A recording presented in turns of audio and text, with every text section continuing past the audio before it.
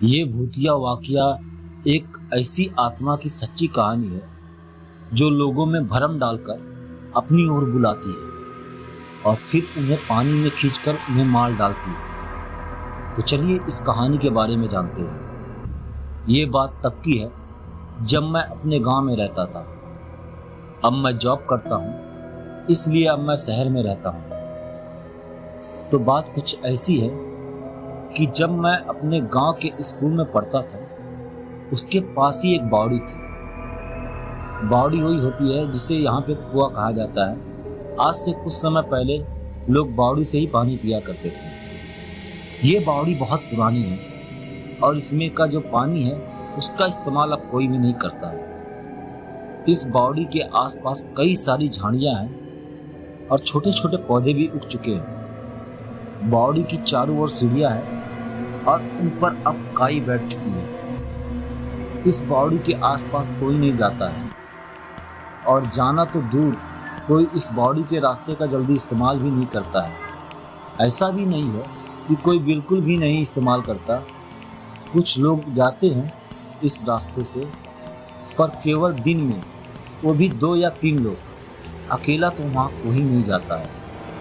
कहते हैं कि इस बावड़ी के अंदर एक ऐसा भरम जाल है जो लोगों को अपने वश में कर लेता है और उन्हें बावड़ी के पानी के अंदर खींचकर उन्हें डुबा देता है।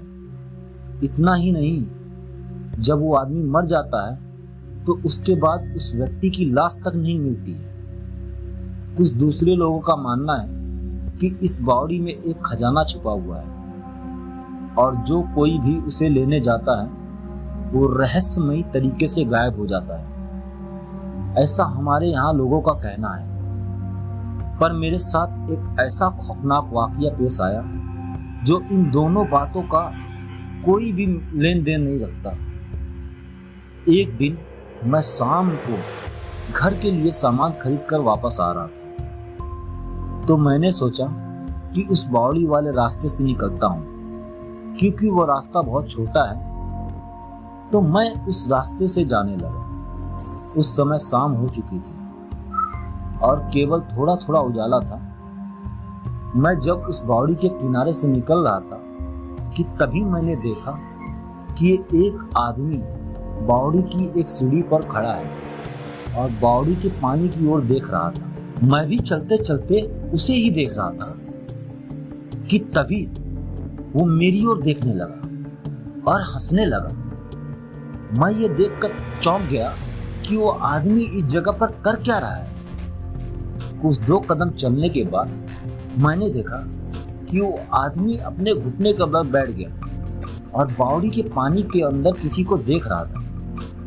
तभी बावड़ी के अंदर से कुछ हलचल हुई और बावड़ी से एक भयानक सा दिखने वाला आदमी, जिसके शरीर पर मांस तक नहीं था, केवल हड्डियां थी, उस आदमी को खींचकर पानी के अंदर ले गया।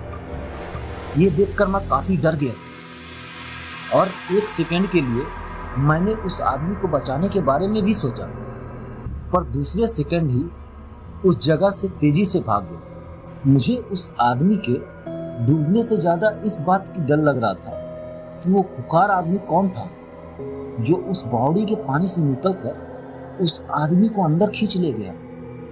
जब मैं घर पहुंचा और मैंने इस सब घटना के बारे में अपने घर वालों से बताया तो उन्होंने सबसे पहले तो मुझे बहुत डांटा और कहा, किसने तुझे उस रास्ते से आने को कहा था? अरे वो एक प्रेत है और वो लोगों को भ्रम में डालता है और बावड़ी के अंदर आने के बाद उनको अंदर पानी में खींच ले जाता है। फिर उस आदमी का पता नहीं चलता कि वो कहाँ गया, उसके साथ क्या हुआ। आज तो तू उस रास्ते से आ गया है, पर आज के बाद भूल कर भी उस रास्ते पर मत चले जाना। मेरे घर वालों ने मुझे ही समझाया। उस समय मुझे समझ में आया कि वो सब उस प्रेत का धोखा था।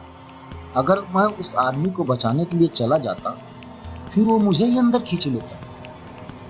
शायद वो आदमी लोगों को शिकार बनाने के लिए वो लोग इस्तेमाल करते होंगे और ऐसे ही अपने जाल में फंसा लेते होंगे। सच में मैं तो वहाँ से भाग गया, पर अगर मेरी जगह कोई और होता और उस आदमी को बचाने के लिए वहाँ पर चले जाता तो वो शायद मर ही जाता।